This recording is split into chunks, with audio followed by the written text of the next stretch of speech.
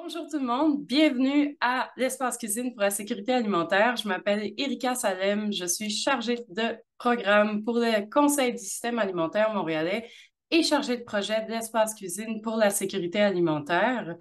Aujourd'hui, on va se parler des épiceries solidaires, on va parler des leçons apprises et des bonnes pratiques dans les épiceries solidaires à Montréal. Donc, on a la chance d'avoir des représentantes et représentants de l'épicerie Trois Paniers, l'épicerie solidaire de Rosemont, le marché Tifray et Ici Coop qui vont nous parler aujourd'hui. Donc, juste pour rappel, il y a plusieurs personnes probablement qui n'ont jamais participé encore à un webinaire d'Espace Cuisine. Donc, l'Espace Cuisine, c'est un projet qui vise à rassembler les personnes qui travaillent pour la sécurité alimentaire des Montréalaises et des Montréalais. On veut se partager des outils, des bonnes pratiques, des leçons apprises qui sont issues des projets qui visent à répondre aux besoins alimentaires des Montréalaises et des Montréalais, particulièrement des personnes en situation de précarité économique.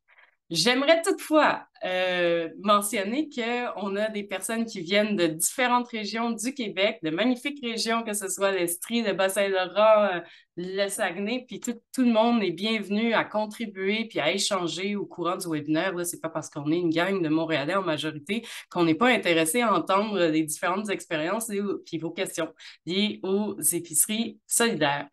Donc, l'espace cuisine, les objectifs de l'espace cuisine, c'est renforcer, favoriser le partage de compréhension des enjeux qui sont liés à la sécurité alimentaire. On veut mettre de l'avant les approches les plus porteuses qui sont mises en œuvre à Montréal. On veut renforcer la coopération entre les acteurs et actrices de la sécurité alimentaire, puis on veut harmoniser le travail qui se passe dans les systèmes alimentaires locaux, notamment pour clarifier le rôle de chacune et chacun, les différents paliers d'action qui se passent. Donc, concrètement, ça fait quoi l'espace cuisine? L'espace cuisine, ça fait des promenades de quartier. On visite des quartiers pour mieux comprendre qu'est-ce qui se passe c'est quoi les systèmes alimentaires qui existent à Montréal. On organise des webinaires comme aujourd'hui, puis on mène certaines recherches sur les enjeux et concertations en sécurité alimentaire et autres thématiques d'importance. On a eu justement, là, je vous parlais de promenades. À l'automne, on a mené des promenades dans 3 quartiers différents. On a exploré des projets en production, en transformation, en distribution à travers différents quartiers de Montréal grâce à la super collaboration de tables de quartier puis d'organismes communautaires hyper impliqués, des OBNL qui sont impliqués pour la transformation de nos systèmes alimentaires. Aujourd'hui, on se parle d'épicerie solidaire. Donc, il y a 3 volets au webinaire, 3 volets principaux qu'on va aborder. On va parler des modèles de gouvernance des épiceries solidaires, on va parler de viabilité économique et de pérennité, puis on va explorer des bons coups, des défis organisationnels. Il y a plein d'éléments qu'on voudrait aborder. On a juste 1 heure et demie. Sentez-vous à l'aise de poser vos questions comme je disais dans le chat. On va essayer de répondre à l'ensemble de vos questions. Puis on va aller aux éléments les plus importants selon nos intervenantes et intervenants. Donc aujourd'hui, on a Becca Fraser de l'épicerie populaire Trois Paniers. On va avoir Dimitri Espérance et Vanessa Girard-Tremblay de Tifray. On a Émilie Cournoyer de l'épicerie solidaire Rosemont et on a Olivier Riopel d'ici Coop qui tous ces 5 intervenantes et intervenants vont nous parler de différentes expériences qu'ils et elles ont par rapport aux épiceries solidaires. Juste pour vous situer là, sur une carte, on a donc l'épicerie solidaire de Rosemont dans Rosemont. Trois Paniers, c'est dans Centre-Sud et Tifray, c'est situé dans Saint-Henri. Puis, pour aller un petit peu plus en détail, on va commencer par une courte présentation de nos différentes intervenantes et intervenants, juste de savoir non seulement où est-ce qu'elles se situent, mais qu'est-ce qu'ils font dans leur épicerie? C'est quoi une particularité de la mission de l'épicerie ou vos actions qui représentent le mieux la raison d'être de l'épicerie? Donc, je donnerai la parole à Becca pour commencer. Allô tout le monde, moi c'est Becca, je suis co-directrice au Carrefour Solidaire et puis je suis là pour vous parler de l'épicerie Trois Paniers. Donc, je dirais la particularité de Trois Paniers, ben il est en plein milieu de notre centre communautaire d'alimentation, ben en avant. de notre centre communautaire d'alimentation. Puis, comme vous le savez probablement, on a une tarification sociale à 3 paliers de prix, dont voilà, le nom 3 paniers relève de ça. Puis pour moi, l'importance ou la particularité de 3 paniers, ben, c'est que c'est vraiment un lieu, un commerce où tout le monde est bienvenu, peu importe leur situation financière. Et puis tout le monde a la capacité de payer à la hauteur de leurs moyens. Puis on est vraiment là pour promouvoir la dignité, le choix, l'autonomie pour les personnes qui vivent en insécurité alimentaire. Voilà. Super, merci beaucoup. Ensuite, on a Dimitri et Vanessa de Tifray. Oui, bonjour tout le monde. Donc, Dimitri Espérance, je suis le fondateur de Tifray et puis je suis accompagné aujourd'hui de Vanessa qui va vous parler plus en détail de notre initiative. Allô, la joie de venir en diade. Mon nom, c'est Vanessa. Je suis présidente pour le conseil d'administration de Tifray. Tifray, c'est une épicerie qui va voir le jour dans Saint-Henri-Ouest au printemps 2024. Le projet s'inscrit dans une dynamique un peu particulière parce que Saint-Henri-Ouest, c'est un quartier qui est mal desservi en alimentation. Il y a très peu d'options. La particularité de Tifray, c'est de vouloir répondre à la variété des besoins de la communauté, des communautés présentes dans Saint-Henri. Fait qu'il y a vraiment un volet de qu'est-ce que c'est un produit de base pour les personnes qui vivent à Saint-Henri. Tout le monde a leur propre définition. Fait qu'on veut essayer de se rallier au plus de personnes possible puis au plus de définitions possibles. Donc, au cœur de Tifray, il y a une volonté de démocratiser l'accès aux aliments de façon économique, physique, mais aussi aux aliments qui sont culturellement appropriés pour tout le monde. Fantastique. Merci, Vanessa. Ensuite, on va aller voir l'épicerie solidaire de Rosemont avec Émilie. Oui, ben bonjour, bon matin à tous. Émilie Cournoyer, dans le fond, je travaille au projet collectif en inclusion Montréal. On est le porteur et fiduciaire de l'épicerie solidaire de Rosemont. On en reviendra, j'imagine, un peu plus tard là, sur ce type de modèle. L'épicerie solidaire de Rosemont, dans le fond, a une identité propre parce qu'elle émerge vraiment d'une consultation auprès des citoyens qui étaient des utilisateurs de dépannage alimentaire pour mettre sur pied un autre type de modèle à accès, pour avoir accès aux denrées alimentaires, mais dans un contexte d'espace d'inclusion et de participation. Fait qu'on a une identité où le citoyen, la participation citoyenne est au cœur, dans le fond, des actions et de l'accès à notre offre alimentaire.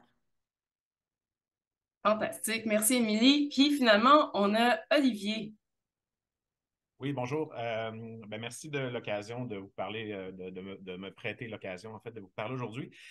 Oui, donc, Olivier Riopel, moi, je suis conseiller stratégique au réseau ICICOA, communément appelé la Fédération des coopératives d'alimentation du Québec. Notre réseau, en fait, comporte un peu plus d'une soixantaine de coopératives à travers plusieurs régions du Québec, de Gatineau et de la Madeleine. On a différents modèles. On est assez rassembleur au niveau des modèles d'affaires. On a plusieurs coopératives qui travaillent soit dans des déserts alimentaires qui ont des enjeux de sécurité alimentaire, pas tous, mais on en a. Donc, c'est un peu l'ADN de notre réseau. Aussi, ce qu'on fait, nous, au réseau ICICOOP, c'est d'accompagner des projets de démarrage ou de pérennisation de projets, qu'on parle de coopératives, mais aussi d'organismes à but non lucratif, toujours en économie sociale. On accompagne des projets et pour les besoins de la rencontre d'aujourd'hui, notre organisation avait participé au projet du TIES pour le rapport sur les épiceries solidaires qui avait été publié en 2021. Qui ça date quand même d'assez longtemps là, pour ceux qui travaillent en agroalimentaire. Le monde a changé depuis 2020-2021. Mais quand même, là, il y a plusieurs éléments là, qui ressortent dont on pourra discuter aujourd'hui. Donc voilà, merci. Merci, Olivier. Tu mets super bien la table pour justement la prochaine diapositive. Je vais y revenir à c'est le but, en fait, du webinaire d'aujourd'hui. C'était un peu de mettre en valeur les résultats de cette étude-là. Comme tu as si bien dit, Olivier, ça fait quand même déjà quelques années que ça a été publié. L'étude a été réalisée, je pense, tu m'en diras plus, mais tu nous en diras plus, mais pendant la pandémie même. Puis donc, la situation a certainement changé depuis, mais ça reste une étude qui est hyper riche puis qui vaut la peine d'être exploré davantage. Donc, je vais revenir premièrement avec toi par rapport au terme d'épicerie solidaire, parce que c'est un terme qui est très large, finalement. Ce qu'on se rend compte, c'est que, bon, dans l'étude, vous dites, il y a le volet épicerie, donc ça implique une transaction entre les parties. Puis il y a le volet solidaire, que là, on part dans un arc-en-ciel de valeurs, différentes valeurs liées à la gouvernance, au développement durable, à la démocratie, à l'implication sociale, à la primauté du capital social sur le capital économique.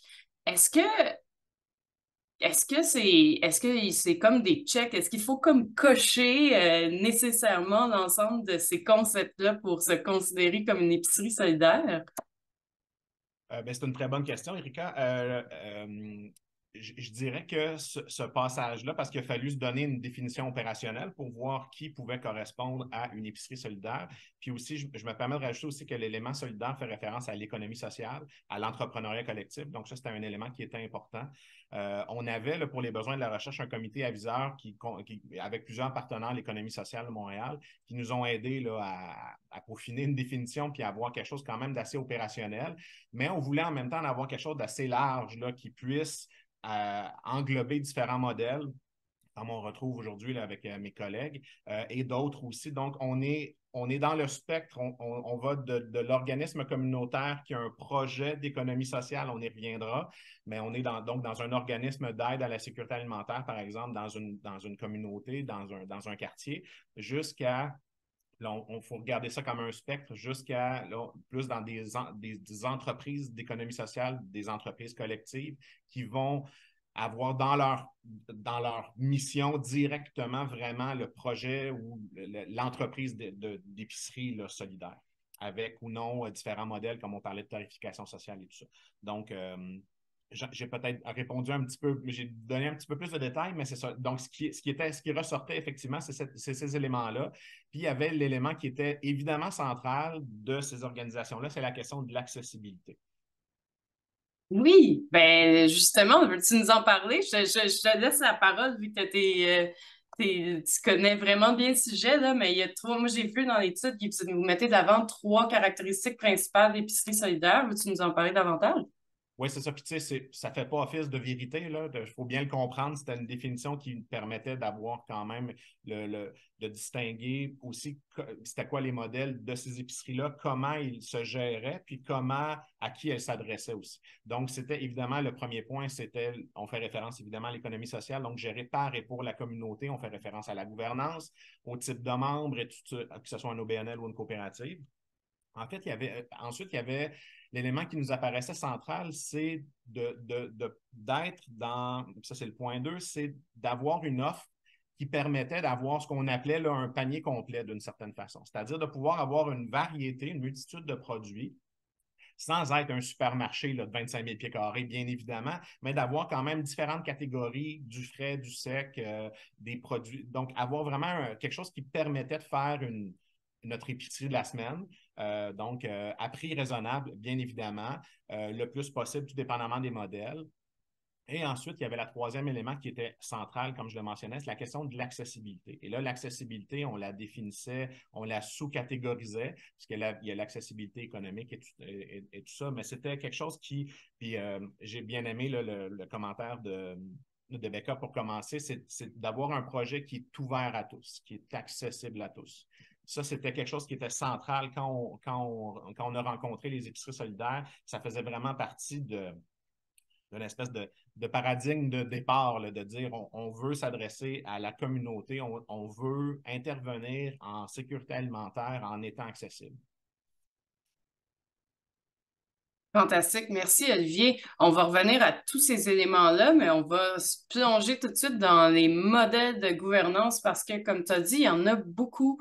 Puis une des questions que les gens ont, en fait, c'est comme, bon, il y a tellement d'approches différentes qu'il y a des fois, c'est comme c'est une entreprise, des fois c'est une OBNL qui porte un projet à l'intérieur, qui est une épicerie solidaire, des fois c'est une coop en soi qui est créée. J'aimerais ça qu'on explore un peu plus en détail, puis je commencerai avec Émilie, si tu veux nous parler du modèle de gouvernance d'épicerie dans Rosemont.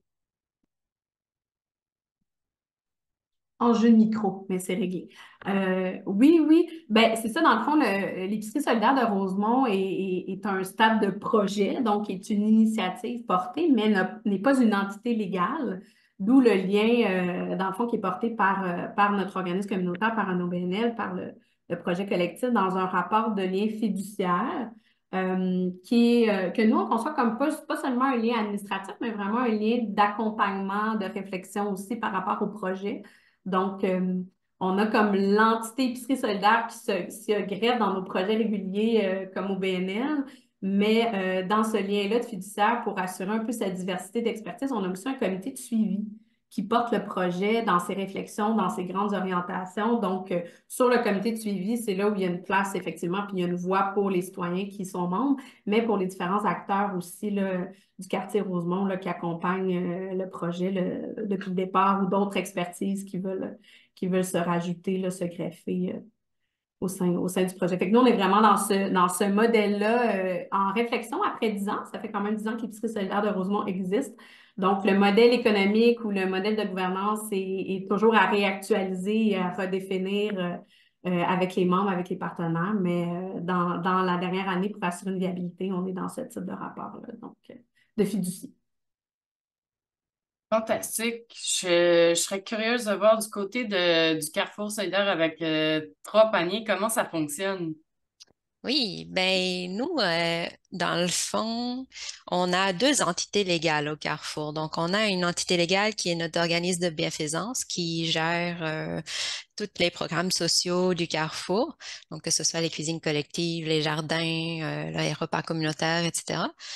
Puis, on a une autre entité légale qui est juste qui est juste un OBNL, pas un organisme charitable, mais qui gère à la fois le marché Frontenac, donc le marché solidaire sur la place du métro Frontenac, qui existe depuis 2007, puis l'épicerie Trois Paniers, justement. Fait que ce que ça nous permet, en fait, je vais juste reculer un moment. Moi, ça fait plus d'une douzaine d'années que je travaille dans le secteur communautaire, puis j'ai passé beaucoup de temps dans d'autres organismes où j'ai vu tu sais, depuis la dernière douzaine d'années, justement, c'est plus en vogue les initiatives puis les projets d'économie sociale à l'intérieur des organismes de bienfaisance ou des organismes communautaires.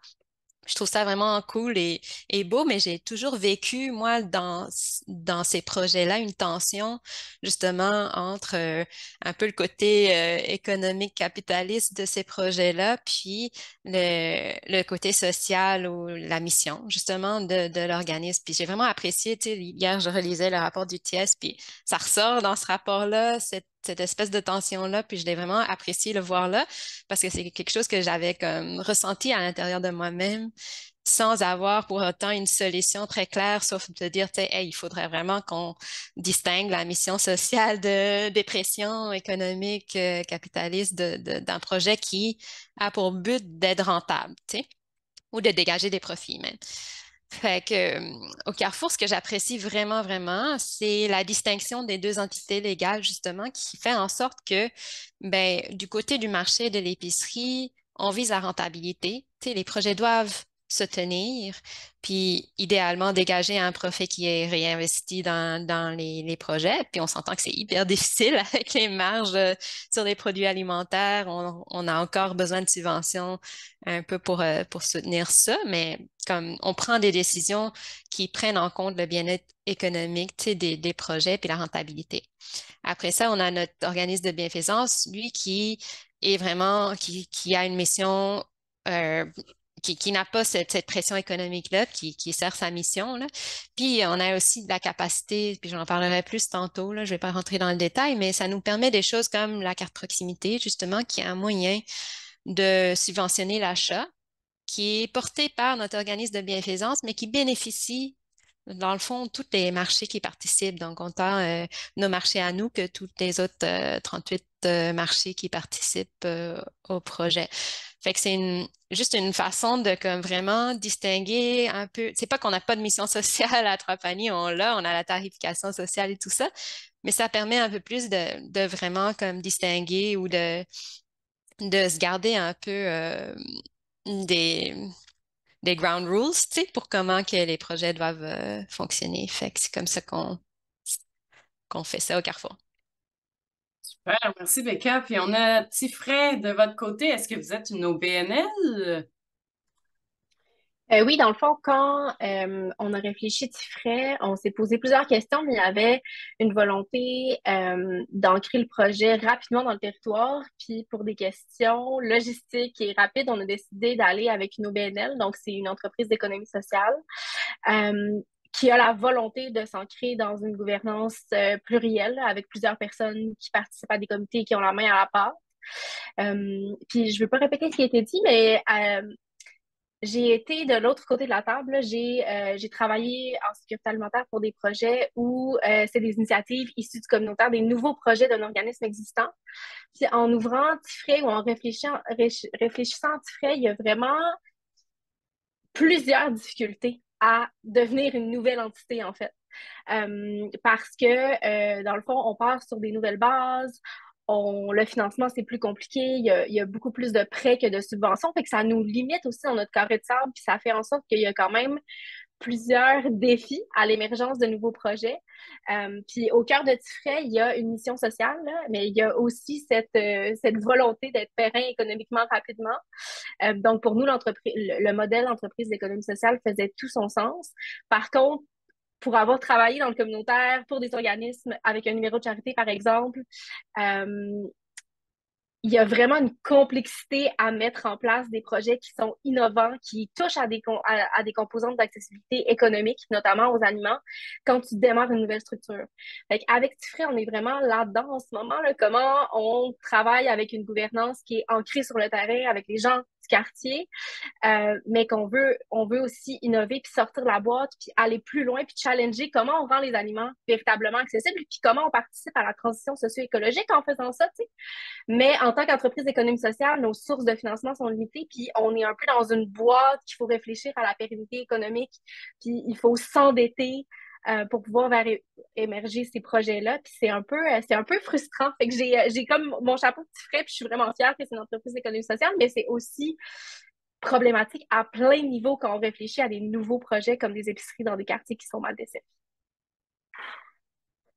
Là, j'avoue que j'aime bien ma présentation, mais je pense que je vais l'arrêter, si vous permettez, puis on va juste continuer à se parler sans cette présentation. Mais merci pour ces éléments, c'est super intéressant. J'aimerais ça rentrer dans le volet un peu plus citoyen, puis participation citoyenne, puis je reviendrai déjà à Tifray. Je ne sais pas si de votre côté, est-ce que vous avez un comité comme dans Rosemont, ou est-ce qu'il y a il y a des citoyens qui vont être sur un comité aviseur. Comment ça se passe?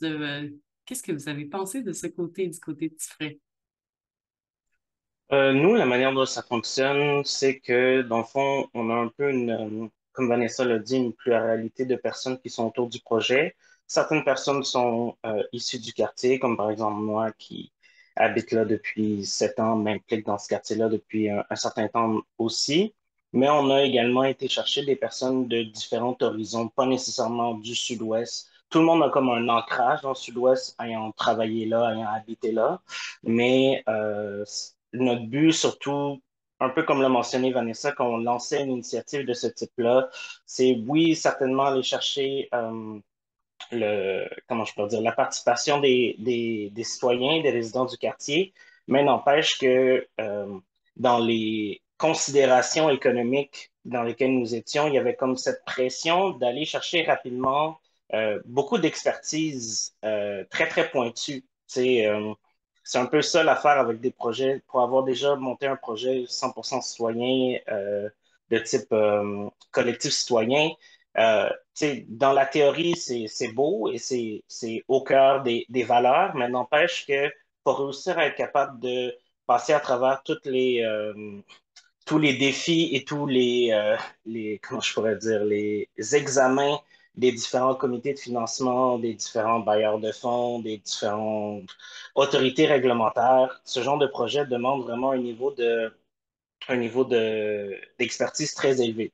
Et c'est quelque chose que je déplore un petit peu parce que justement, on ne veut pas, à partir du moment où tu as une assurance ou tu as un bail commercial, à partir du moment où tu engranges des prêts, ben, veux pas, ça finit par, je veux pas dire dénaturer, mais ça finit par imposer des contraintes vraiment très, très fortes sur ce type d'organisation-là, qui fait comment dire, le côté citoyen est toujours là. C'est souvent ce qui t'a permis de te lancer puis qui t'a donné ta légitimité de lancer ton action.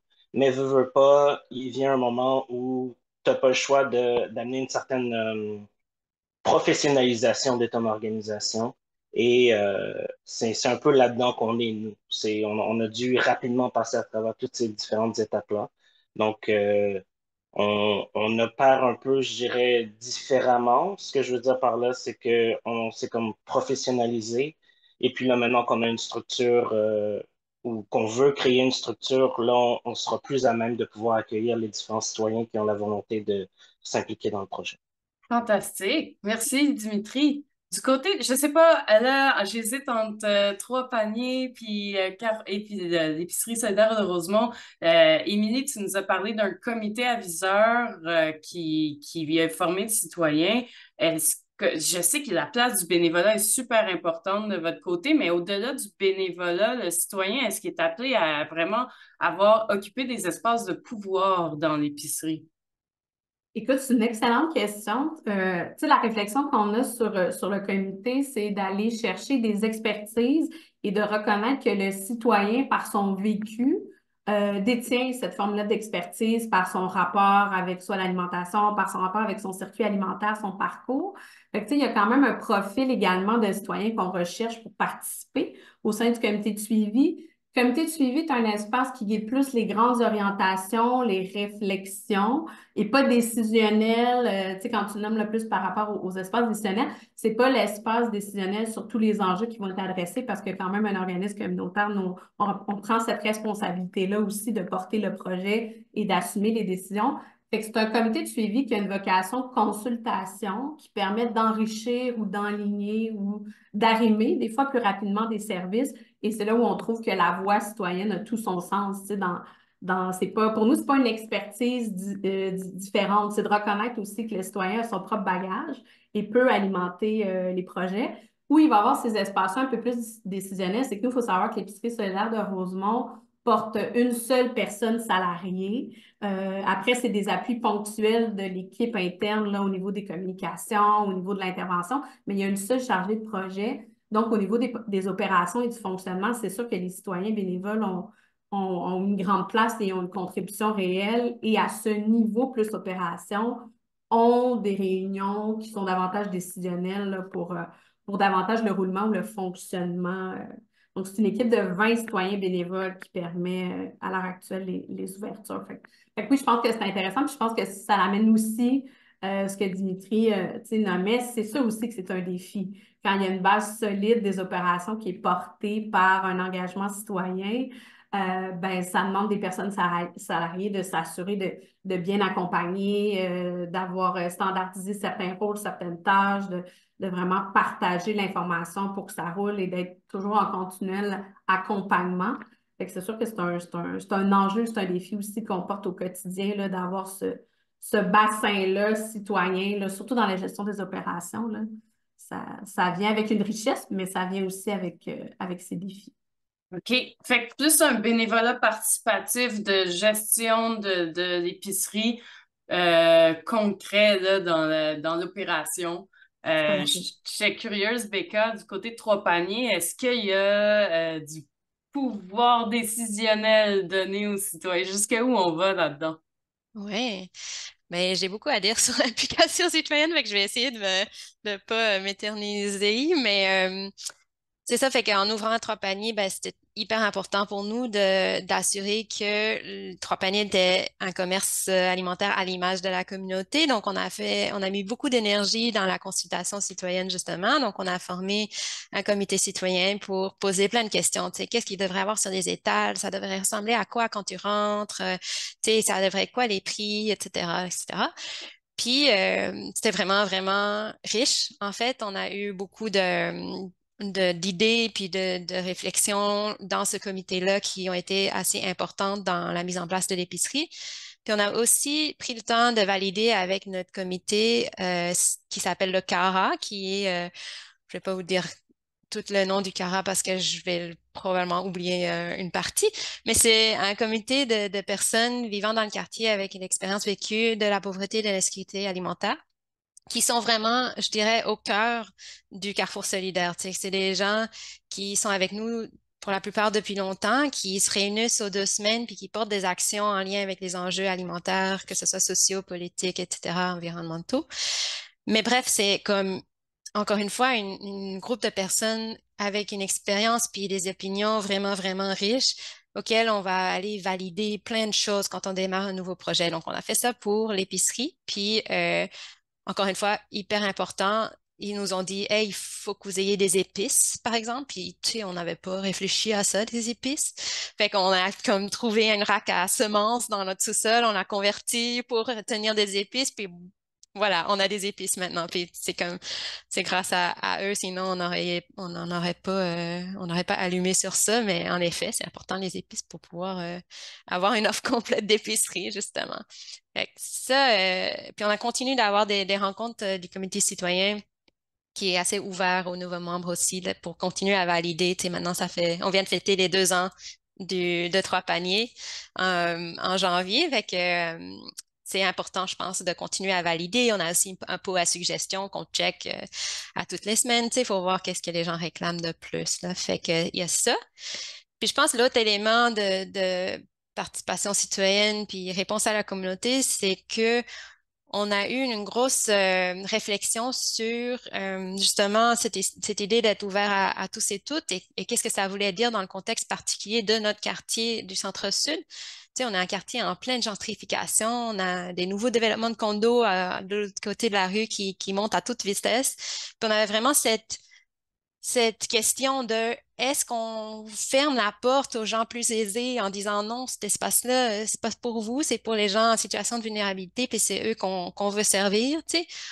Ou est-ce qu'on ouvre la porte et on dit, ben écoute, il y a de la place pour tout le monde, mais là, ça implique de trouver une façon de participer pour tout le monde à la hauteur de leurs moyens, tu sais, qui veut dire que les gens plus aisés vont contribuer à la rentabilité du projet de quelconque manière, tu sais? Fait que c'est vers ça qu'on s'est pointé en connaissant que comme ben, la gentrification, ça allait pas partir demain, tu sais, ça va être encore avec nous, ça continue.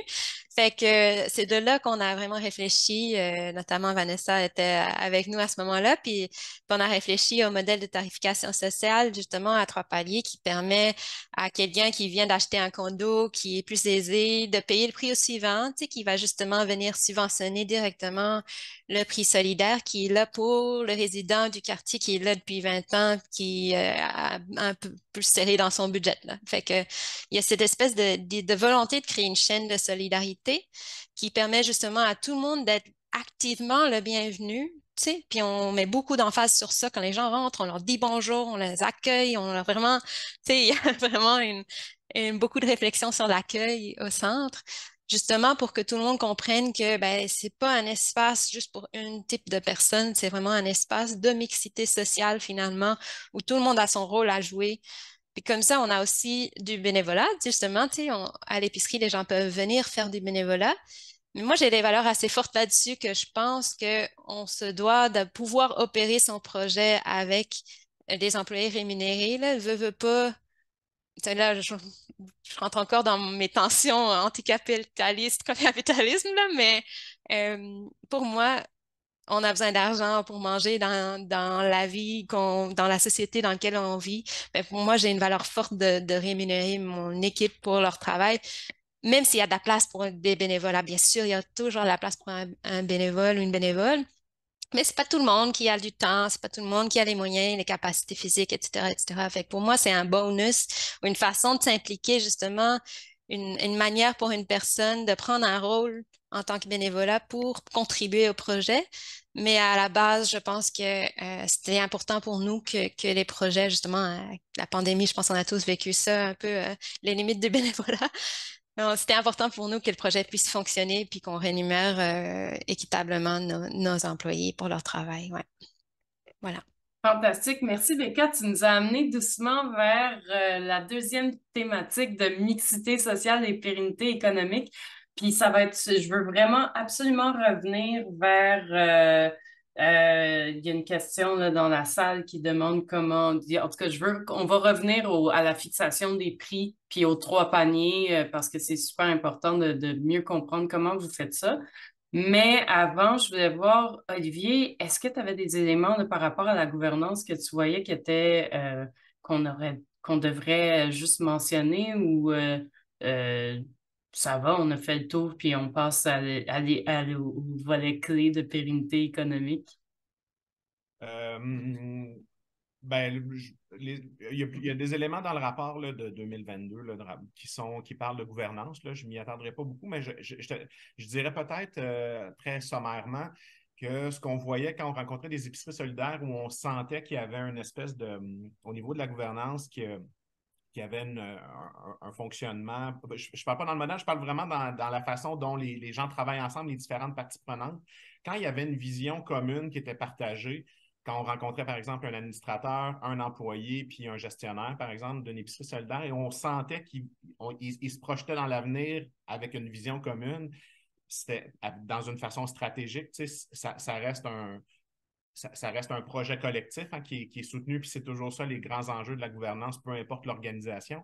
Mais quand il y avait cette vision commune-là, c'était très, très facilitant d'intégrer, par exemple, de la nouveauté, de répondre aux besoins des membres ou des usagers. Il y avait cette capacité-là, où il en résultait en fait une capacité organisationnelle d'être plus agile, je dirais ça comme ça. Mais je ne veux pas trop m'éterniser là-dessus, là, mais c'était un élément qui ressortait quand même assez beaucoup.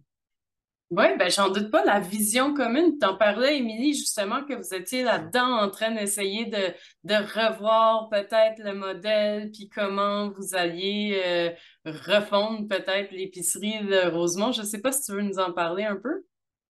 Ben oui, je peux en glisser un mot. Dans le fond, avant la pandémie, on avait déjà démarré, là, j'ai utilisé le terme le planning stratégique, là, mais c'est un terme très organisation, structure, que auprès des citoyens, parfois, ça veut rien dire, là, mais d'aller un peu revalider quelle était justement cette mission-là sociale, notre valeur au cœur de nos actions et comment le mettre dans le contexte actuel dans un modèle qui est davantage périn.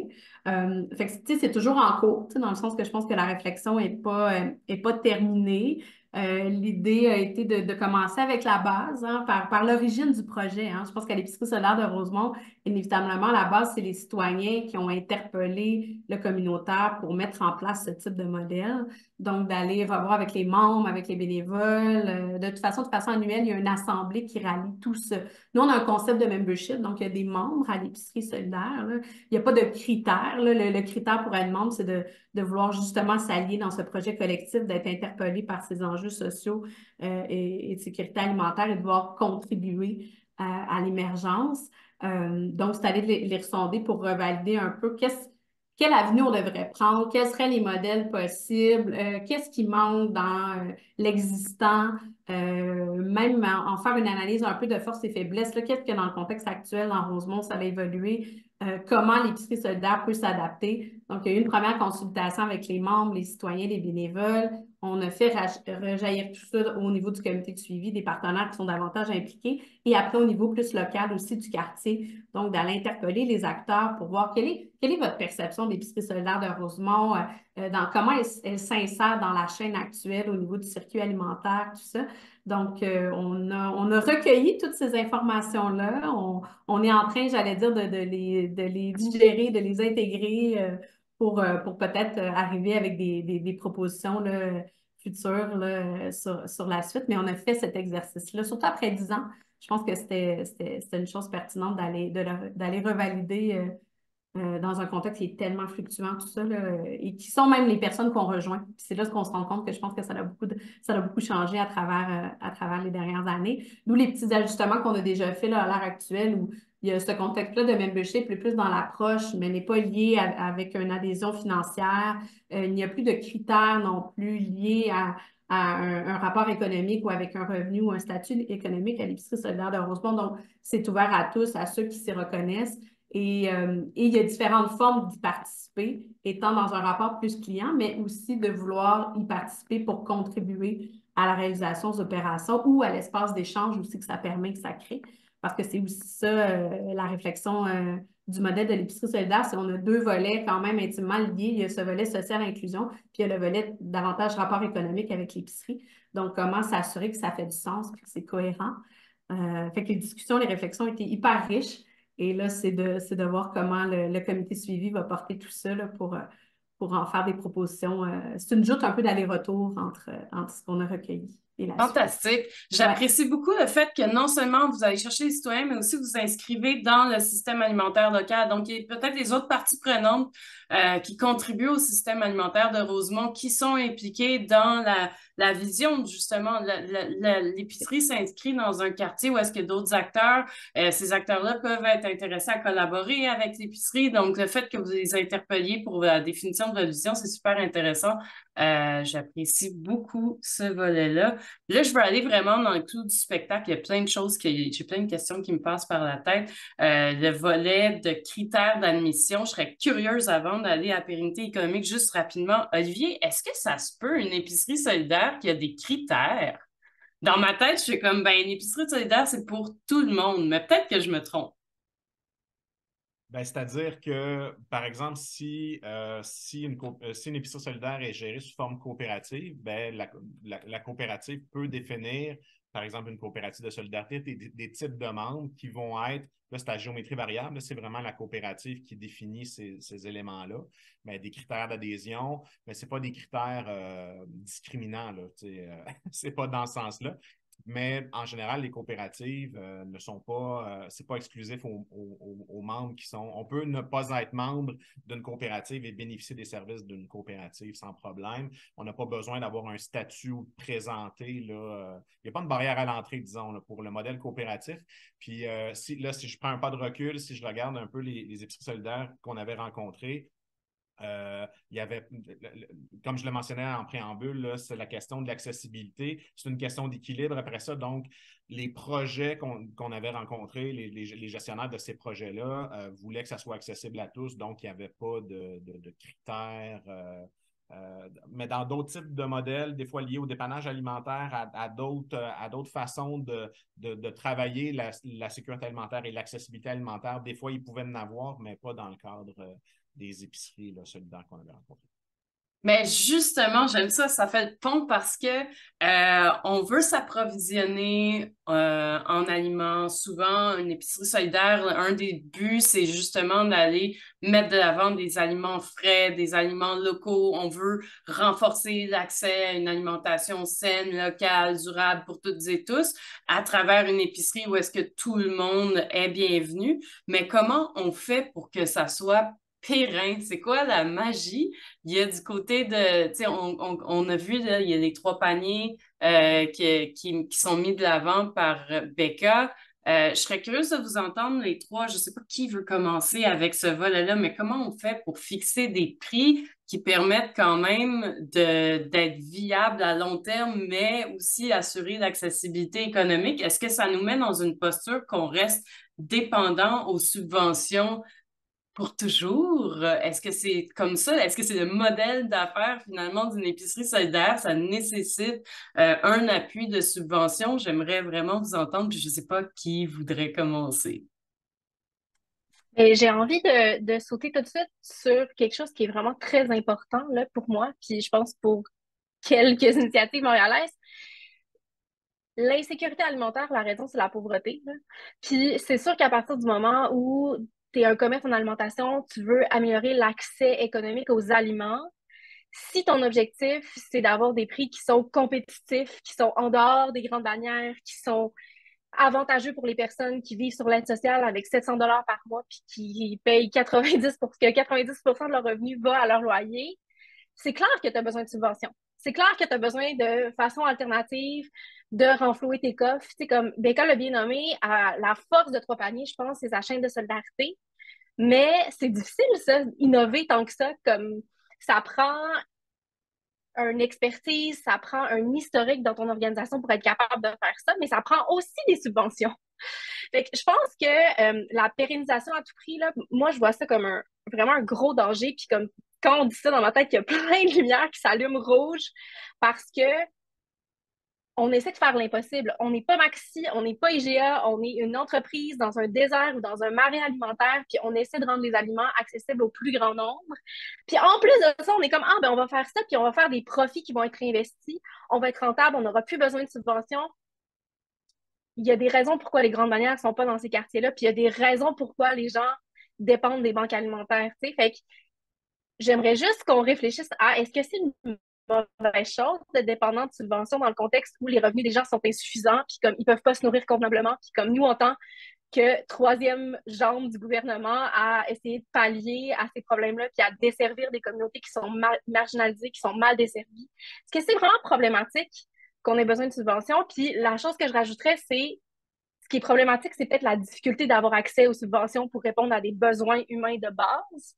Mais je vais m'arrêter ici. Je n'ai pas consulté Dimitri, peut-être que je suis un peu off-script, là, mais pour moi, c'est vraiment important de pitcher ça dans la salle parce que il y a plein de projets qui démarrent à Montréal en accessibilité alimentaire. C'est vraiment intéressant, mais comme cette pression-là de devenir rentable, je trouve ça tellement biaisé et tellement problématique. Fait que voilà ma petite montée de lait du matin. Super apprécié. Oui, ben, moi je suis bien d'accord avec Vanessa, puis je rajouterais juste la nuance aussi que ça devient peut-être plus difficile même d'avoir accès à des subventions dans le temps. Après, quand quelque chose est nouveau, il y a l'aspect nouveauté, innovation. Parfois, c'est plus facile d'aller trouver des soutiens extra. Puis après le temps, le marché Frontenac, tout le monde est tanné d'en entendre parler dans l'été. On ne veut plus le subventionner, mais c'est pas parce qu'il existe depuis 2007 qu'il a pas, qu'il a plus besoin de soutien, tu sais. Fait que je pense que c'est quand même important aussi de veiller à ça dans ce que dit Vanessa aussi, tu sais, comme on aime ça, le nouveau. Mais oui, justement, la pérennité, c'est dépasser le nouveau, puis encore soutenir qu'est-ce qui marche, en fait. Puis c'est comme, ça devrait être l'inverse, en fait, je trouve. Quand quelque chose a fait ses preuves et a démontré ouais, a fait ses preuves, ben, je pense que ça devrait encore plus mériter notre soutien. En tout cas.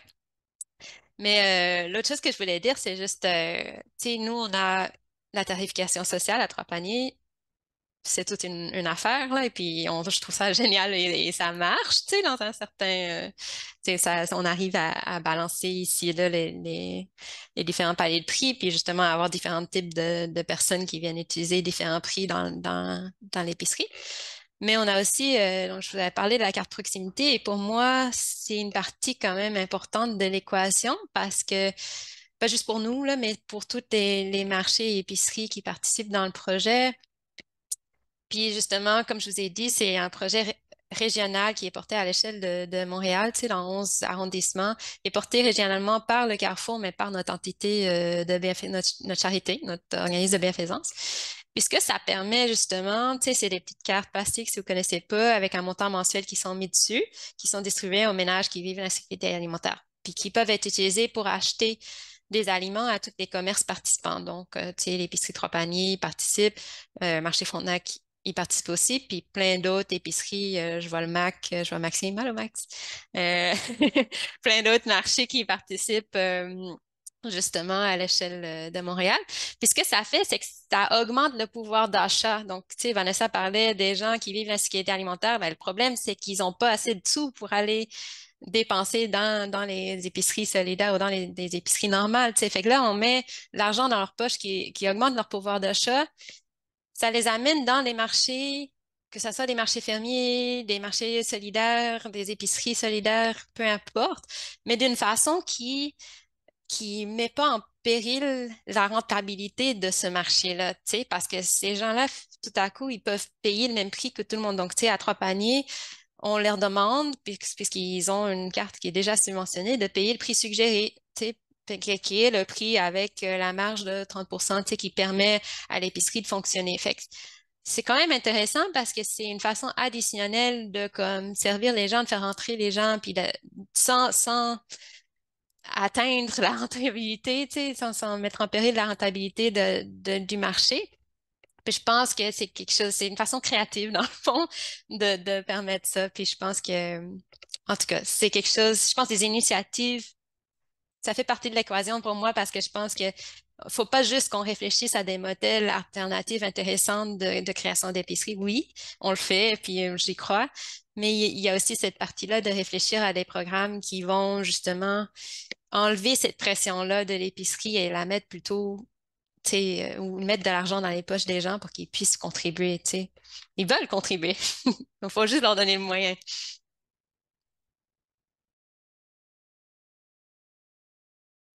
Oh, pardon, petit problème de micro. Émilie, est-ce que tu veux rajouter certains éléments? Oui, ben, tu sais, si je fais le pouce, c'est sûr que nous, à l'Épicerie solidaire de Rosemont, on a une seule tarification, donc on n'est pas à tarification variable ou sociale. Tu sais, je pense qu'apraprès, la réflexion qu'il faut avoir, est-ce que pérennité égale rentabilité, ça dépend du modèle logique dans lequel on s'insère. Nous, le constat qu'on en fait dans l'heure actuelle, dans le modèle dans lequel on est, on s'en cachera pas. Les subventions nous permettent de subventionner des prix qui sont un peu plus accessibles. Et après, je pense que c'est la logique très microéconomique où on va jouer dans la fixation des prix avec certaines marges ou certains écarts selon certains produits qu'on va considérer comme étant des produits essentiels de base ou qui rentrent dans cette optique-là de dignité, de rendre accessibles des produits qui sont sains, qui sont faits. Et on va jouer avec la mécanique pour aller chercher d'une marge dans d'autres types de produits qui sont des produits, j'allais dire, bonbons ou qui sont dans le réconfort pour tenter de balancer, mais c'est sûr que la réalité, c'est qu'on n'est pas dans une voie de rentabilité économique dans l'heure actuelle de notre modèle.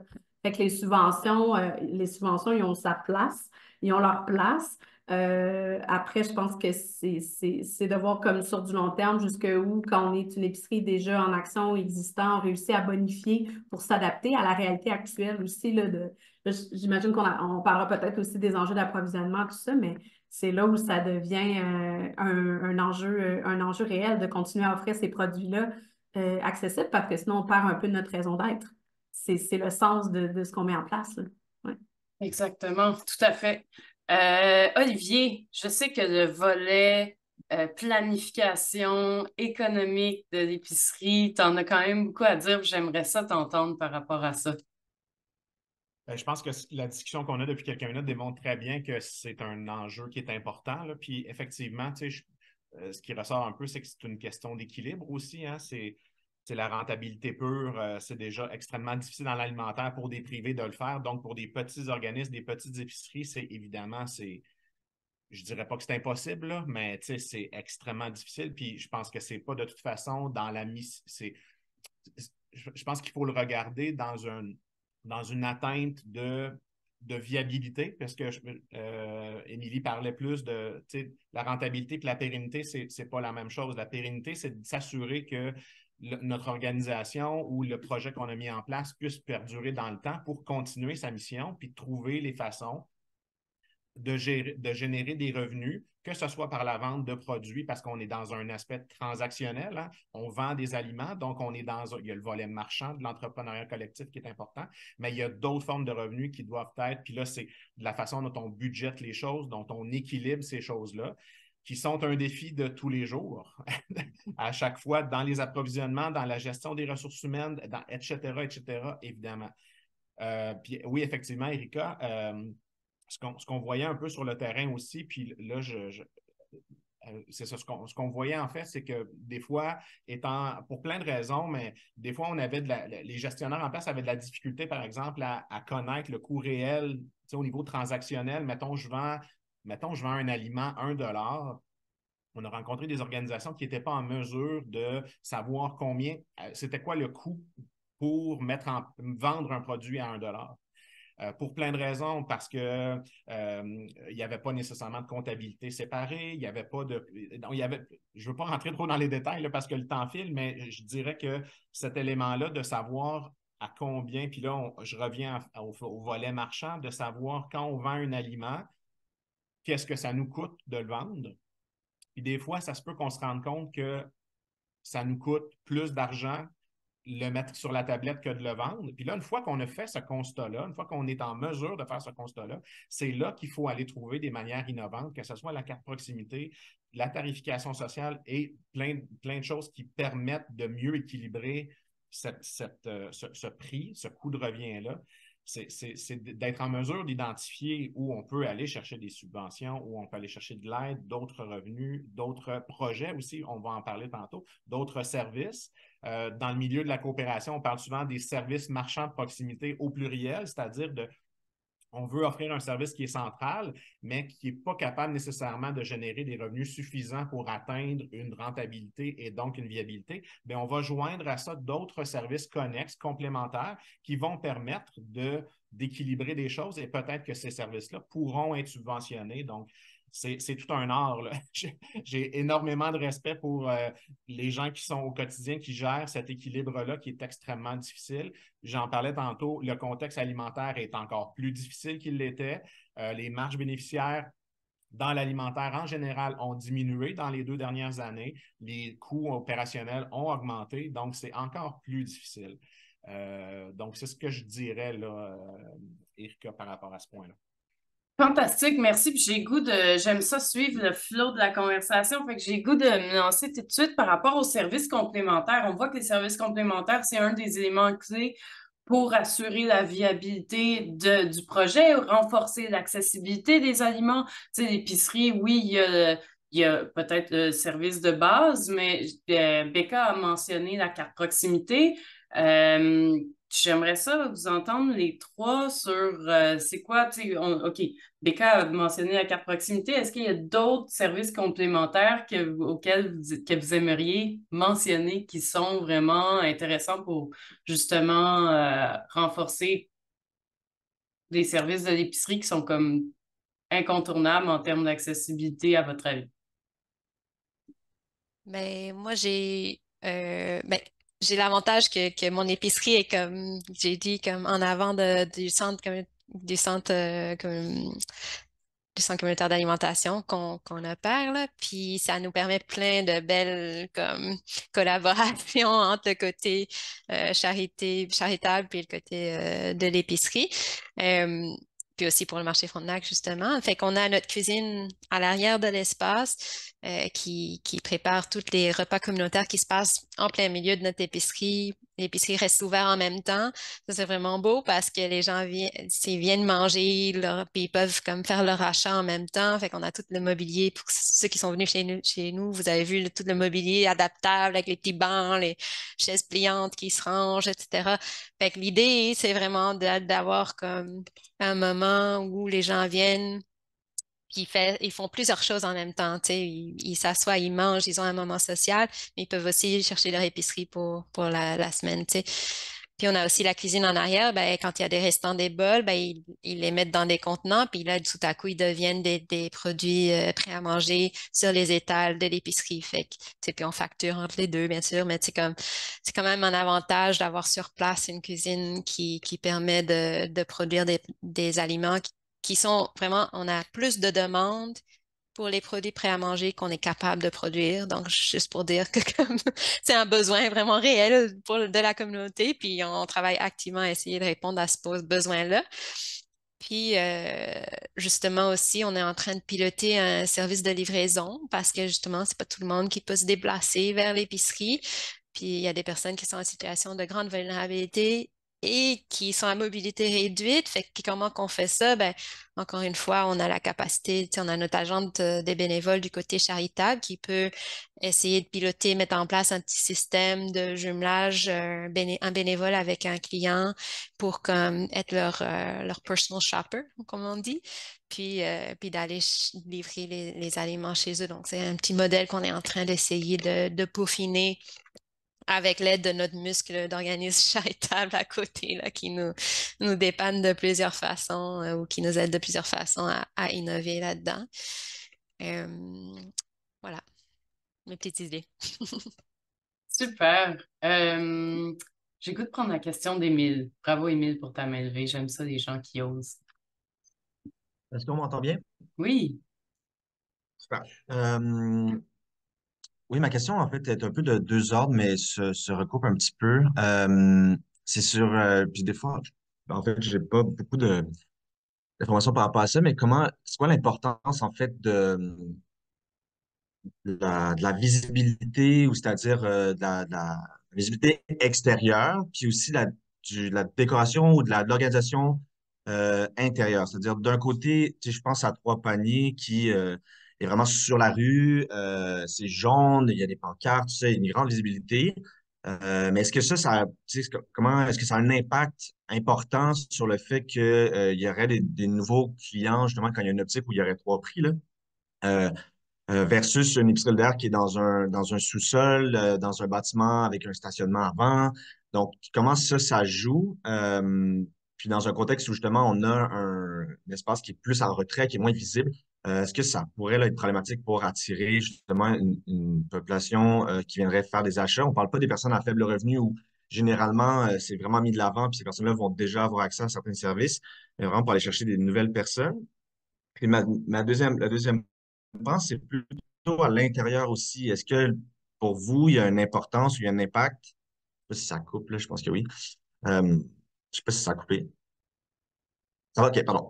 S'il y a un impact, en fait, de l'aménagement intérieur, donc que ça soit pour que les gens se sentent bien, que ça soit pour que les gens sentent qu'ils sont, que c'est digne, que les gens ils se reconnaissent aussi, ils sentent pas que c'est pas un espace pour eux ou que ça soit peu importe la personne qui vient, donc qu'elle soit faible ou à haut revenu.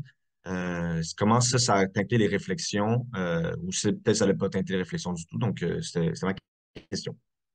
J'aimerais ça demander à Tifré parce que ça pourrait, puis même c'est tout le monde, là, mais moi j'ai cette impression que, oh mon Dieu, ça peut avoir l'air une épicerie un peu bobo qu'on dit, puis est-ce que ça attire vraiment les gens qu'on veut? Je serais curieuse d'entendre de votre côté qu'est-ce que vous comptez faire, comment vous faites face aux questions d'apparence et de dignité et de mixité sociale. Je pense que c'est une question d'équilibre entre les deux. Déjà, pour la première question, l'idée d'être pignon sur rue, sur une artère commerciale, pour nous, c'était quelque chose de très, très important dans l'idée d'avoir une visibilité pour les gens du quartier. Tu sais, les artères commerciales sont là pour une raison, c'est le fait que tu retrouves plusieurs services au même endroit et donc il y a un aspect de euh, convenience. Désolé, je trouve pas le mot en français pour les clients. Donc, pour nous, c'était important. Important pour nous d'être visible. Puis aussi, il y avait un aspect un peu, comment je pourrais dire, juste de statement de revendication. Donc, ce que je veux dire par là, c'est que notre modèle est certes un modèle alternatif, mais c'est quelque chose qu'on veut mettre de l'avant. On n'a pas envie que ça soit caché ou plus quelque chose pour les initiés. On veut que n'importe qui puisse le voir et se poser des questions par rapport à, ah, c'est nouveau, qu'est-ce que c'est? En ce qui concerne de quoi ça a l'air à l'intérieur, ben, ça peut devenir difficile. Les gens ont comment je pourrais dire, des présupposés, ont des biais, particulièrement dans un quartier comme Saint-Henri qui a connu une gentrification assez sauvage. Euh, ben, un intérieur d'épicerie qui est trop liché, trop design, peut parfois se retourner contre nous. C'est-à-dire que les personnes les plus démunies vont se dire que c'est pas pour eux, et même des personnes qui pourraient avoir des revenus, mais qui sont tout simplement tannées de voir des commerces hyper nichés ouvrir dans le quartier, pourraient également décider de bouder. Par contre, je tiens à dire, ce n'est pas une raison c'est pas une raison par contre pour négliger sur l'apparence. Tu sais, je pense que Vanessa est très d'accord avec moi là-dessus. Cette idée-là de faire moins beau ou de faire un peu délaissé de manière à ce que ça a l'air plus accessible, nous, c'est pas quelque chose auquel on croit. On croit que des initiatives sociales comme les nôtres peuvent également être agréables, belles pour tout le monde. Par contre, là où il faut travailler, c'est vraiment au niveau de la communication. Comment tu viens rejoindre les gens de ton quartier, comment tu réussis à leur expliquer ce que tu es en train de faire, de manière à ce que ce qu'ils voient avec leurs yeux, avec leurs présupposés, c'est une chose, mais le message que tu réussis à leur envoyer, ben, c'est ça qui peut faire la différence en bout de ligne. Super, merci beaucoup, Dimitri. Becca, t'as le micro ouvert, Ouais, mais là, Émilie aura peut-être quelque chose à dire. ben oui, vas-y. Ben, je trouve ça super intéressant, la réflexion. C'est sûr que nous, on est dans une réalité où on partage là, une salle communautaire, hein, c'est une épicerie comme éphémère qu'on remonte à chaque ouverture. Est-ce que la réflexion qu'on porte, c'est que dans l'idéal, on aimerait avoir cette réalité-là d'accessibilité, d'opinion sur rue, tu sais. Cet idéal vient avec cette tension-là aussi de la réalité des espaces accessibles et de la réalité financière aussi là, pour trouver ce type de locaux. Fait que, tu sais, la réflexion, elle est faite. On sait dans l'idéal ce qu'on souhaiterait en termes de situation géographique et d'installation d'équipements et de visibilité. On reste à l'affût. En contrepartie, ce qu'on est en mesure de faire, c'est comment parfois des espaces qui peuvent sembler banals peuvent quand même avoir une réflexion d'aménagement, même dans le minimalisme qui rend ça accueillant, chaleureux. Je pense que c'est beaucoup dans l'expérience qu'on vit. Tu sais, puis on peut même se caler, nous, là, comme un client, quand on va dans un commerce ou quand on occupe les espaces publics, qu'est-ce qui fait qu'on se sent bien, qu'est-ce qui fait qu'on a envie de rester. Donc, même en occupant cette salle-là communautaire d'habitation, bien, la réflexion, c'est de dire, c'est quoi le coup d'œil quand la personne, elle ouvre la porte? Donc, premièrement, elle est accueillie. Donc, il y a des gens qui sont là pour la recevoir, pour lui dire bonjour. Il y a un espace café qui est aménagé où les gens peuvent se déposer, prendre un café, que ça soit convivial aussi, et de faire un circuit aussi pour que les gens fassent leur achat dans une simplicité, fonctionnalité qui est agréable. Fait que je pense que c'est tous les défis de la créativité d'avoir des fois des projets qui sont peut-être pas dans des locaux optimales, mais qu'on réussit à réfléchir, à aménager. Et c'est là, je trouve, où la participation citoyenne est vraiment gagnante parce qu'elle est très riche de reflets, de regards, d'expériences, même de ressentis, parce que quand on va dans un lieu, c'est différents sens qui sont suscités. Donc, nous, on cuisine toujours des invendus qu'on va redistribuer avant une ouverture d'épicerie, parce que quand tu arrives, ben, ça sent le fameux pain aux bananes de l'épicerie solidaire de Rosemont, où ça sent bon, le café il est prêt. Fait que je pense qu'on est dans cette tension-là, tu sais, de minimaliste, accueillant, j'oserais même dire confortable. Si on veut que les gens restent, des fois, il faut avoir aussi du mobilier confortable, mais où l'esthétisme peut être à double retranchant aussi, là, donc c'est tout un défi, mais on le visualise vraiment dans l'aménagement, dans une expérience. Puis je pense qu'on y met tous du sien pour tenter d'aménager un moment, hein, parce que c'est ça, sans cette ouverture-là d'épicerie solidaire, oui, il y a un rapport client, oui, il y a des achats, mais c'est un moment qu'on va partager avec les autres. C'est un espace de rencontre et de socialisation. Puis comment on peut créer ces zones-là. Et nous, on réfléchit même à des zones d'interaction un peu différentes, sachant qu'il y a des gens qui voudront être dans la grande salle commune à interagir, mais peut-être qu'il y en a qui voudront être dans des plus petites tables à un ou deux pour faciliter cette inclusion. Fait que c'est tout des regards, dans le fond, qu'on a en tête quand on fait l'aménagement de l'espace. Voilà. Becca, est-ce qu'il y a des choses que tu aimerais ajouter ou on saute à l'approvisionnement? Ben, je pense juste à, je serai rapide là, mais je pense juste à Émile dans sa question, puis je me dis, je pense, passe beaucoup de temps ces jours-ci à parler avec des gens d'autres projets d'épicerie dans Montréal puis ailleurs, puis une chose qui me vient en tête, c'est comme, faut réfléchir à l'historique du local que tu occupes, là. Parce que nous, à Trois-Paniers, on a été extrêmement chanceux de partir de zéro réputation, tu sais, d'ouvrir une porte. Tout le monde était comme jaune vif. Mais c'est quoi ça, cet espace-là? Je vais rentrer voir ou je vais, tu sais, etc. Mais si tu démarres un projet dans un sous-sol d'église qui est connu comme un organisme communautaire, etc., c'est comme tu portes une réputation ou une des attendues, tu sais, de la part du monde qui va peut-être aller à l'encontre de qu'est-ce que tu veux pour ton projet, là. Fait que je pense que c'est juste quelque chose à garder en tête. Puis la dernière chose que j'allais dire, c'est qu'on a passé beaucoup, beaucoup, beaucoup, beaucoup de temps sur le trottoir quand on a ouvert Trois-Paniers. On a passé du temps et du temps et du temps sur le trottoir avec des petites dégustations, avec des flyers à expliquer ce qui se passait à l'intérieur de notre local. Puis je pense que c'était un bon coup, vraiment. Ça a fait rentrer les gens, ça a fait connaître le quartier, qu'est-ce qui se passait là, tu sais. Super, merci Becca. J'aimerais ça rentrer dans les défis organisationnels et logistiques. Mais j'avoue que le volet, ouais, c'est ça, le volet locaux, les contraintes d'espace, puis la localisation, ce que vous venez de mentionner, tu sais, à Montréal, avoir accès à un local, à un endroit qui est stratégique pour avoir une épicerie, c'est extrêmement difficile présentement. J'aimerais ça comprendre, tu sais, est-ce que c'est une question de chance? Est-ce que faut rester à l'affût? Comment vous faites? Est-ce que c'est pour ça, Émilie, par exemple, que vous restez au sein finalement, de l'OBNL, entre autres? Ben, c'est un mix des deux. C'est difficile de conjuguer la réalité espace en termes d'espace, d'équipement, besoin et des fois la situation géographique où on veut être positionné. Comme là, à l'heure actuelle, on est dans un désert alimentaire, tout ça, fait qu'il y a il y a comme une raison d'être là parce que, bon, à proximité, on sait qu'on répond à ce besoin-là de proximité, d'offrir cette opportunité. En même temps, ben, ça nous permet effectivement d'avoir un espace de location économique. Mais c'est comme difficile d'avoir une seule réponse unique, tu sais, à ta question parce que je pense que il y a effectivement plein de facettes dans ce choix-là. Initialement, c'est vraiment une opportunité que le projet a eue. Donc, quand on se ramène dans le temps puis qu'on a cette opportunité-là et qu'on est en train de créer un nouveau projet où inévitablement on a besoin dans la réalité de ce projet-là d'avoir un lieu physique. Quand opportunité se présente, parfois on la prend et on réfléchit après avec cette opportunité-là. Mais dans l'idéal, c'est sûr que l'épicerie solidaire de Rosemont pourrait se déployer dans un autre lieu. D'où le fait que je dis qu'il faut on reste à l'affût, dans le sens qu'on a bien fait notre devoir de réfléchir ce que ça prenait dans l'idéal, mais fait que je trouve que ça demande un peu des deux. Ça demande cette réflexion-là, ces stratégies-là, mais il ne faut pas nier qu'il y a aussi des opportunités parfois qui se présentent qu'il faut garder en tête. Ouais.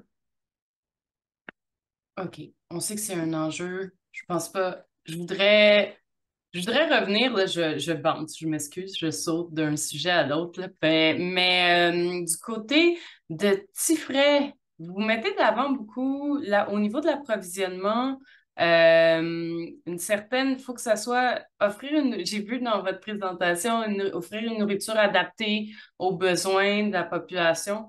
J'aimerais ça mieux comprendre jusqu'où vous allez, c'est quoi les différents éléments qui composent cette fleur, je dirais, les différentes pétales de comment on fait pour finalement offrir une nourriture qui est culturellement, soit culturellement ou plus, mais je parle de mixité sociale.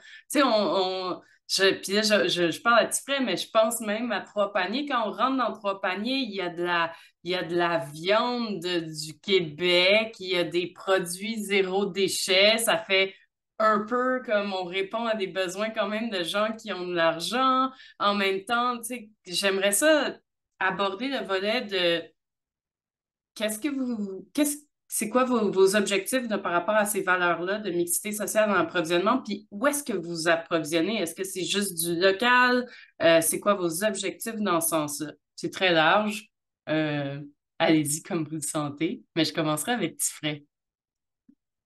Oui, bien sûr. Ben, l'idée, en fait, c'est de reconnaître qu'un produit de base, ben, c'est quelque chose de, comment je pourrais dire, culturellement situé, tout simplement.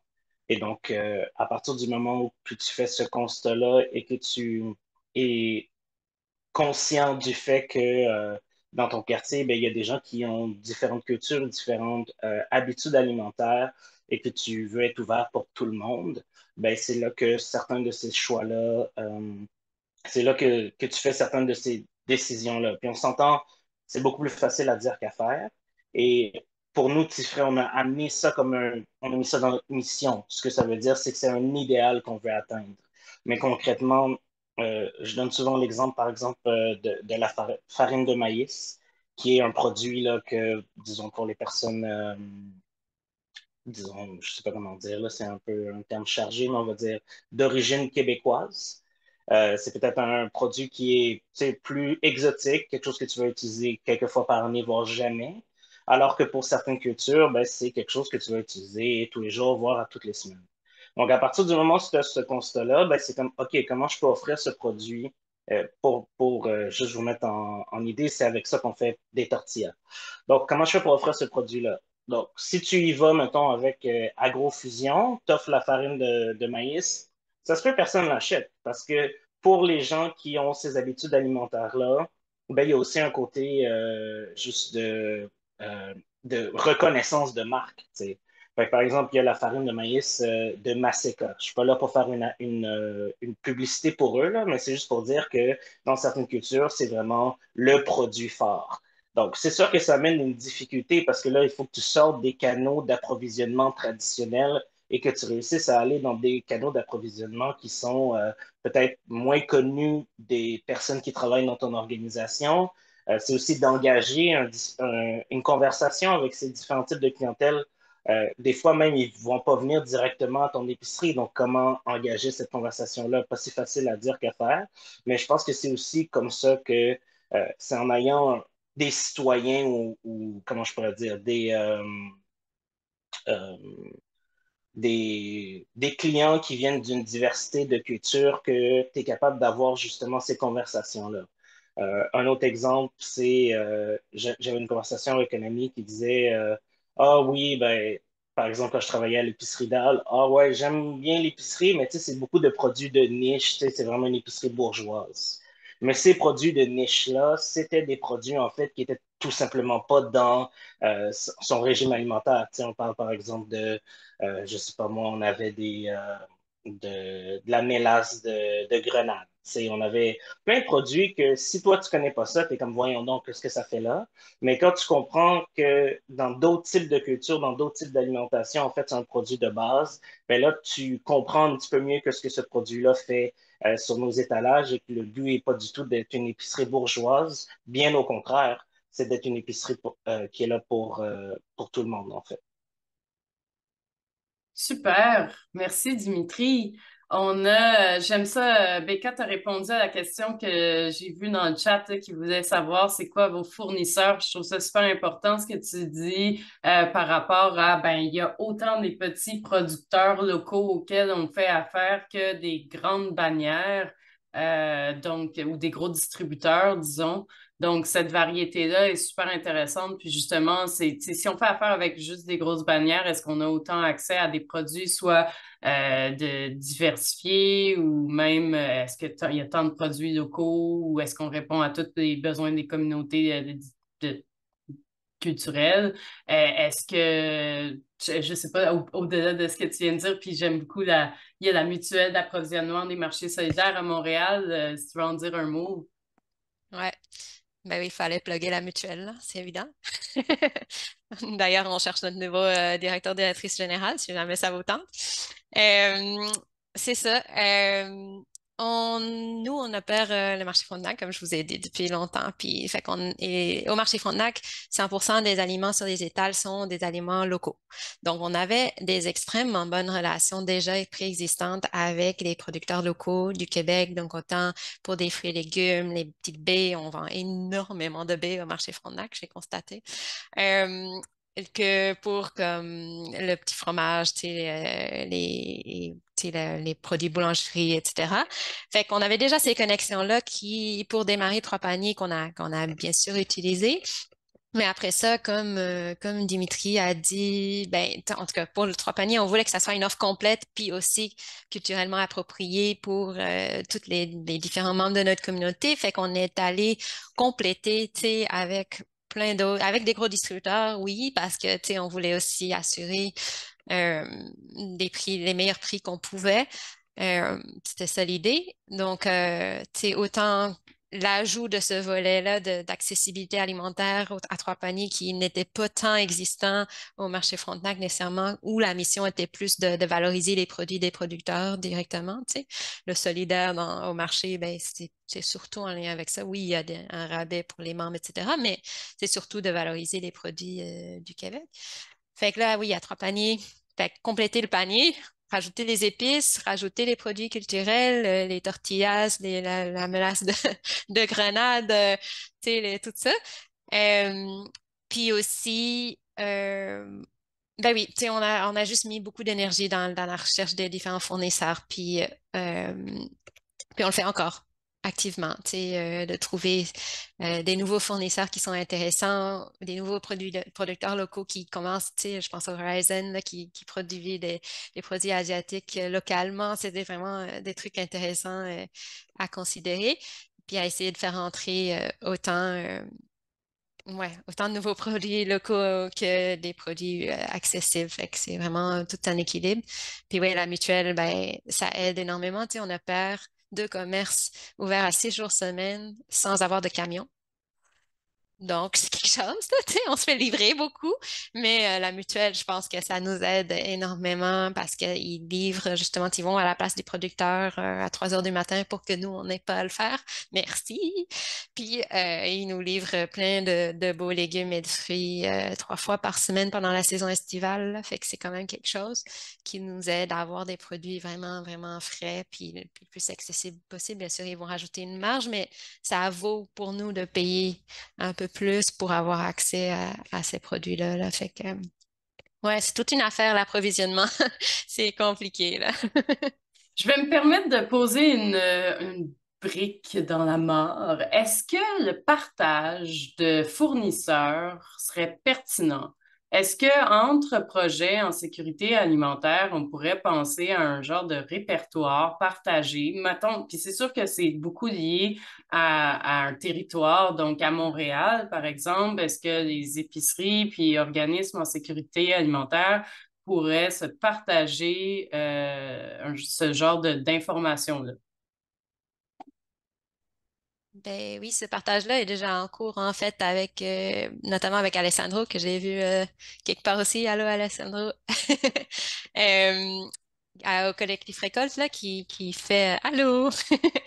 Qui fait ce travail-là un peu de mettre en commun les différents fournisseurs, puis des épiceries comme nous, des marchés, etc., justement pour essayer de nous outiller tous et toutes à avoir comme un meilleur réseau, je pense. En tout cas, Alessandro, peut-être tu peux parler de ton projet toi-même, là. Je veux pas te mettre des mots dans la bouche, là, mais selon moi, c'est ça ma compréhension. Puis nous, notamment, on a partagé tous nos fournisseurs dans les dernières semaines avec le collectif Récolte pour ça. Tu sais, je pense que traditionnellement, on a été vraiment protectrices de nos fournisseurs, mais on commence à penser que comme ben, je pense pas qu'il y a beaucoup à protéger là-dedans si on aimerait ça partager justement pour être mieux outillés collectivement. Je pense que c'est vraiment ouais, c'est smart.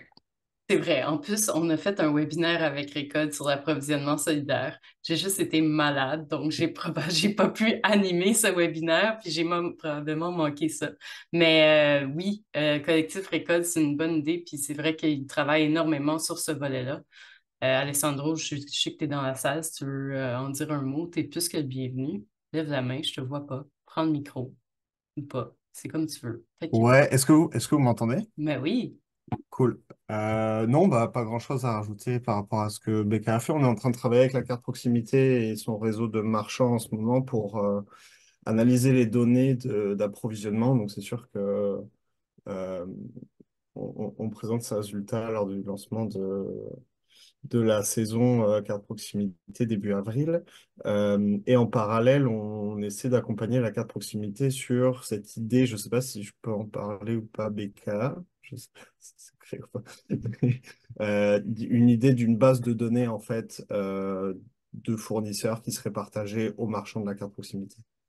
Donc fantastique. c'est ça, et c'est assez drôle qu'on parle de ça parce qu'on avait cette réflexion à l'interne chez Récolte la semaine dernière de comme on va avoir plein de données. Le but, c'est pas de partager des données qui sont pas à nous. Il y avait cette question de comme, tu sais, gouvernance des données. Mais c'est sûr qu'on a pitché l'idée juste comme ça de se dire ce serait vraiment intéressant qu'on ait cet outil-là qui serait comme mis à disposition de plein d'organismes dans le système alimentaire pour permettre de faciliter ce travail de recherche et de sourcing, en fait, tu sais, de recherche d'informations de fournisseurs et de produits et tout et tout. Voilà.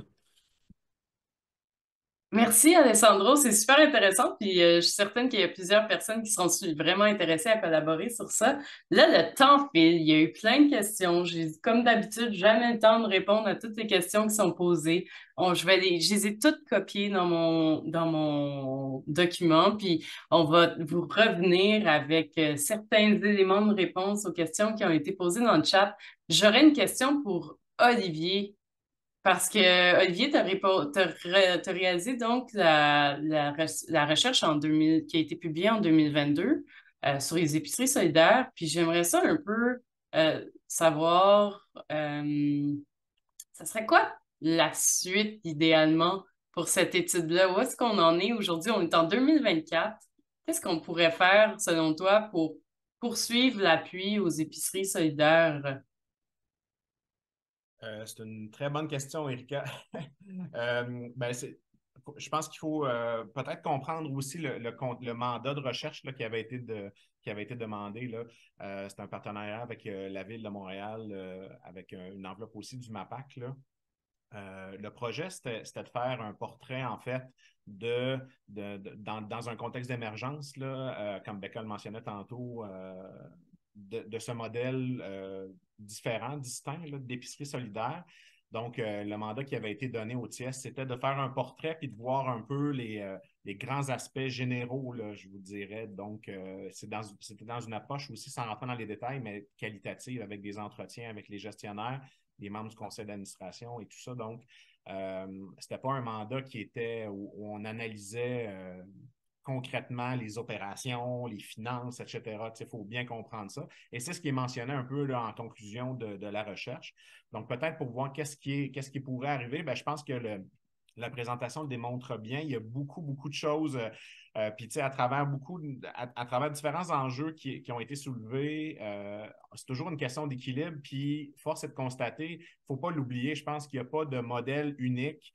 Il n'y a pas de plug and play, pour reprendre l'expression anglaise, où on a un modèle puis on l'applique sur le territoire. C'est un enjeu de concertation, un enjeu de communication avec la communauté, avec la collectivité dans laquelle le projet s'inscrit, à travers l'écosystème aussi des différentes organisations qui sont à travers le système alimentaire, qui s'inscrivent dans un marché alimentaire avec des grandes entreprises, des multinationales qui sont très, très présentes dans nos marchés, évidemment. Donc, c'est quelque chose qui est complexe. Il n'y a pas de canevas générique, mais il y a des particularités. Il y a des choses qui se ressemblent, qui sont transversales à travers les autres organisations. On en a fait le tour. Je pense que ce qui serait intéressant, c'est de pouvoir mieux documenter des initiatives qui ont été mises en place.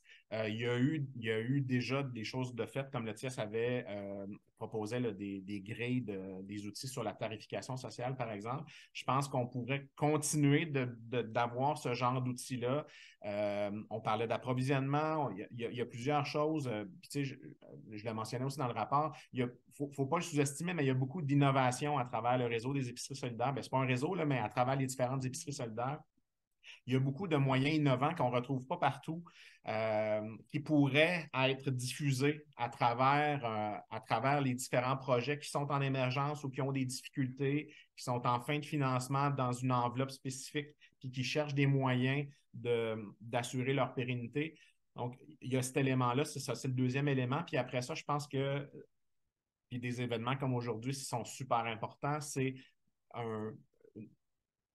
un meilleur, pas un meilleur, mais que les gens qui sont à travers ces projets-là se parlent plus souvent, puissent diffuser de l'information en toute transparence et dans le respect de nos confidentialités et tout ça organisationnel, mais qu'on puisse avoir des espaces de partage, que ce soit les bons coups, mais aussi les difficultés, les défis que les gens rencontrent. Tu sais, tantôt, la question d'Émile était beaucoup sur la localisation, mais il y a des enjeux évidemment financiers parce que aménager un local, ça coûte des sous. Comment on fait? C'est quoi tes fournisseurs? Des fois, c'est super opérationnel, mais on a besoin de pouvoir parler à quelqu'un. Ça se fait dans l'informel, on appelle des gens qu'on connaît, mais s'il y avait ce lieu-là ou ce réseau-là, ou je ne sais pas comment le dire, là, mais en tout cas, je pense que vous comprenez ce que je veux dire, mais de pouvoir plus partager ce modèle-là qui continue de susciter de l'information. Là, on est à Montréal, mais évidemment, il y a beaucoup d'épiceries solidaires en région. Il y avait quelques commentaires d'ailleurs dans le chat par rapport à ça. C'est un modèle qui est intéressant et encore plus dans le contexte actuel, puis là j'arrête de parler, je vous le promets, mais c'est dans le contexte où l'accessibilité alimentaire est encore plus difficile en 2024 qu'elle l'était en 2021 lorsque on a fait le terrain. Donc, la pertinence de ce modèle-là est encore plus forte, plus vive, mais les enjeux sont encore aussi, eux autres, plus vifs. Donc, il faut trouver ensemble des moyens d'assurer une... C'est ça. J'arrête, là, je vous le promets.